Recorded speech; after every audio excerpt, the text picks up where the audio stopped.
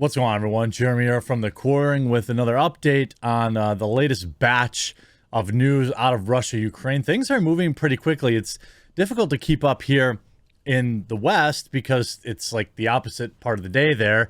But lots has happened here, and it's not even 1 o'clock in the afternoon yet, including NATO making significant additional defensive deployments to eastern parts of the alliance. Now, there's been a lot of question on whether or not NATO would get involved, seeing as though the Ukraine is not a part of NATO.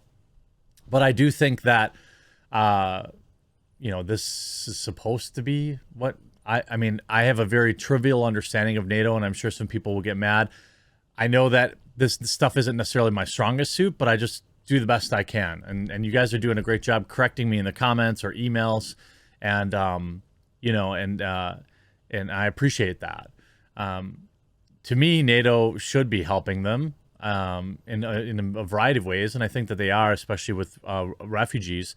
But as of 30 minutes ago, NATO has said that it's making significant additional defensive deployments across the eastern part of the alliance, noting that while defensive or deterrence and defense measures are being deployed, NATO's actions remain, quote, preventative, proportionate, and non-escalatory. The idea is that NATO's trying to, I think, well, first of all, there are people with legitimate concerns that it won't stop in the Ukraine, right? There are people with those concerns. And there's really no information to say that that there's any reason not to be concerned about that. Second of all, I think NATO, probably should have done this a little earlier, a little bit of show of force, a little show of, hey, if you get out of line, we have the, how do I say it? Like, we're prepared for immediate retaliation or immediate penalties should you do something way out of line, as opposed to like, hey, I guess we're going to send some troops. I guess we're going to maybe do some stuff.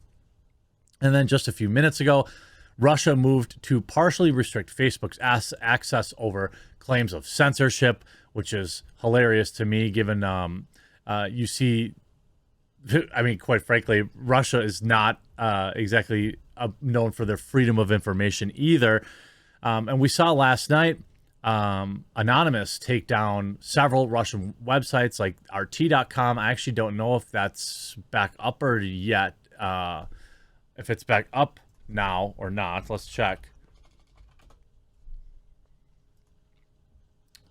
Yep, looks like it's back up. So they didn't take it down for very long. Now that I'm on a list, now that I've visited that website. But you have NATO response force activated for the first time ever in response to Russian invasion of Ukraine. The first time ever NATO response force has been activated as a defensive measure in response to Russia's ongoing invasion of Ukraine. NATO Supreme Allied Commander Todd Walters activated the multinational force consisting of land, air, sea, and special ops forces from the allies that can deploy quickly in support of the NATO alliance. This on top of news that said Russia had captured U.S. Javelin systems, which are air defense missile systems, I believe, if I understand it correctly. But there's more help pouring into Ukraine. Here you have Poland sending a huge convoy of ammunition into Ukraine to help them out. I imagine that will have to be protected quite tightly. And then the story of the ghost of Kyiv. It's interesting. It's an interesting story. Some people are doubting its validity. I genuinely don't care if the numbers are inflated or whatever. It's just nice to see the little guy get some W's. Now, there have unconfirmed reports of an ace Ukrainian fighter pilot have gone viral, with social media users dubbing the fighter the Ghost of Kyiv, supposedly downing as many as 6 Russian planes in the first day of combat. By the way, with inferior technology, they basically have old Russian planes. Now, in that's not uncommon, but anyway, supposedly downing as many as 6 Russian planes in the first day of combat. The Ghost of Kyiv and their MiG-29 Fulcrum quickly became a folk hero of a war breathlessly watched online. According to one widely circulated post, the Ghost of Kyiv is believed to have taken down 4 Russian fighter jets, 2 Su-35 flankers, 1 Su-27 flanker, 1 MiG-29 Fulcrum, as well as two ground attack aircrafts called Su-25 Frogfoots.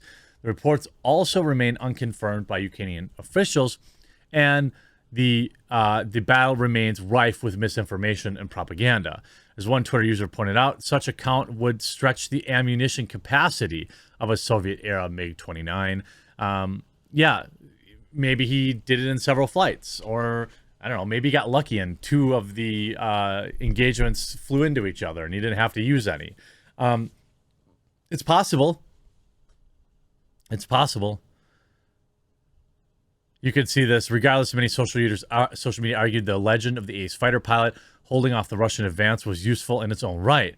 I want so badly for the Ghost of Kyiv MiG-29 air ace ruminant to be true. Rumors of the front line calling a fighter pilot the Ghost of Kyiv alleges he has downed 6 Russian jets already. Again, maybe it's 2, maybe it's 4, but this is the kind of stuff you need to keep fighting. I imagine when you're in the streets, you need inspiration, especially when facing what feels like nearly impossible odds. But things continue to move quickly too. You see here Verizon getting involved, waiving fees for any calls to Ukraine. Look, you can look at a lot of this stuff cynically and say like, oh, a big deal. Every little thing matters. I can't exactly take up arms and go over there either, but what I can do is try to condense and amplify the news throughout the day. That said, it's not the same thing as taking arms and defending. You see, 9 minutes ago, Ukraine's president spoke with Biden on Friday and thanked him for strong support. Ukraine president said Friday that he spoke with President Biden, thanking him for now offering strong support to Ukraine, strengthening sanctions, concrete defense assistance, which is what he really wanted. An anti-war coalition have just discussed with POTUS, grateful to the United States for strong support, he said, with an emoji of Ukraine's flag. Yet, still people needing to get out, massive pushes on the train stations, and huge crowds wait to board evacuation trains. These are obviously really nerve-wracking targets, huge groups of civilians all together trying to get out.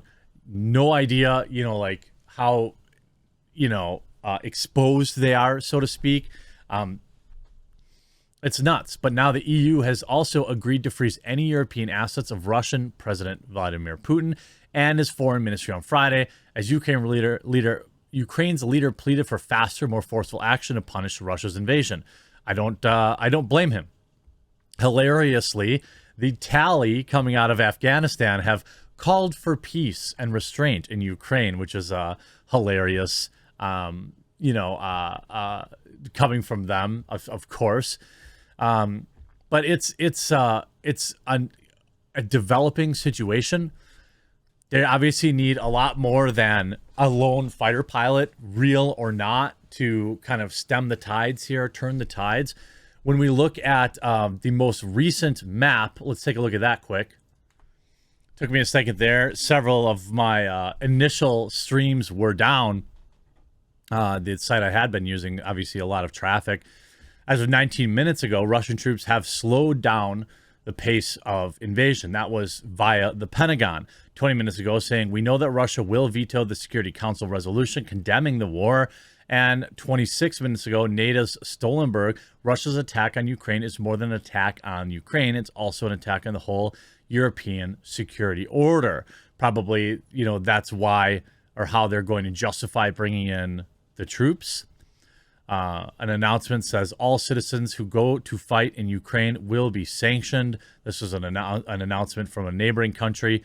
If you zoom out more, you can see there's obviously a lot of activity there.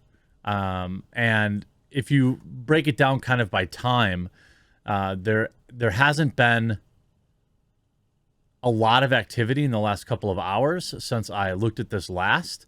It seems like, Russia is slowing down, and that's probably good. They're probably slowing down because now maybe the UN is getting involved, and that's probably annoying. Not annoying, more scary, I suppose. Several bridges have been destroyed. Ukrainian army announces a counterattack here. This was like last night, I think. Yep, 5 hours ago.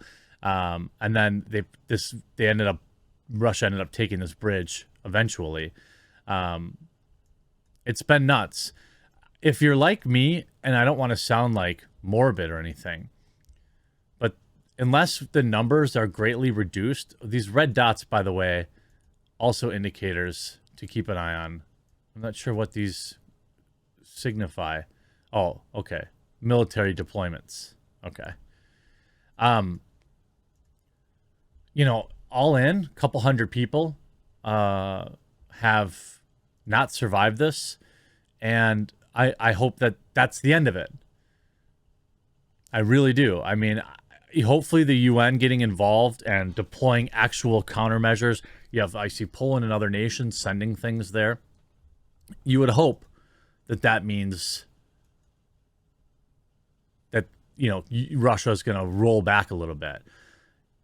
It's really impressive that you have Zelensky. Now, I don't know if the dude's like on the front lines. It doesn't necessarily matter. He's out there actually fighting.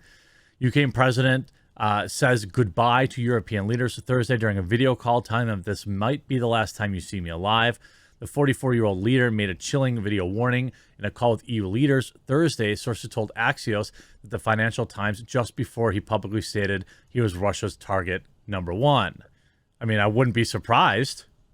I mean, he is their leader, right? You can see here, as of 9 minutes ago, satellite firm Maxar says latest images show several large deployments of ground forces, ground attack, transport, helicopters, support equipment in southern Belarus. Things are moving quickly. I don't know if I'll have another update from today, but I sincerely hope that, at this point, somebody gets old Putin to maybe slow down a little bit, think a little bit, consider, the global implications of this. And, my heart goes to the citizens of Ukraine, the brave people that live there, taking up arms to defend their country. You see a lot of effects that are having, like the Russian Grand Prix has been canceled, football championships gone, all this kind of stuff. I don't know that Russia really cares about any of that, but what they are going to care about is NATO beefing up, and sending in supplies and, sending in loaves of bread that are packed with other things that aren't loaves of bread. I don't know, but it'll be interesting to watch as things escalate today. Hopefully, it's a de-escalation, though. Hope you're informed by this video, and we'll talk to you again real soon.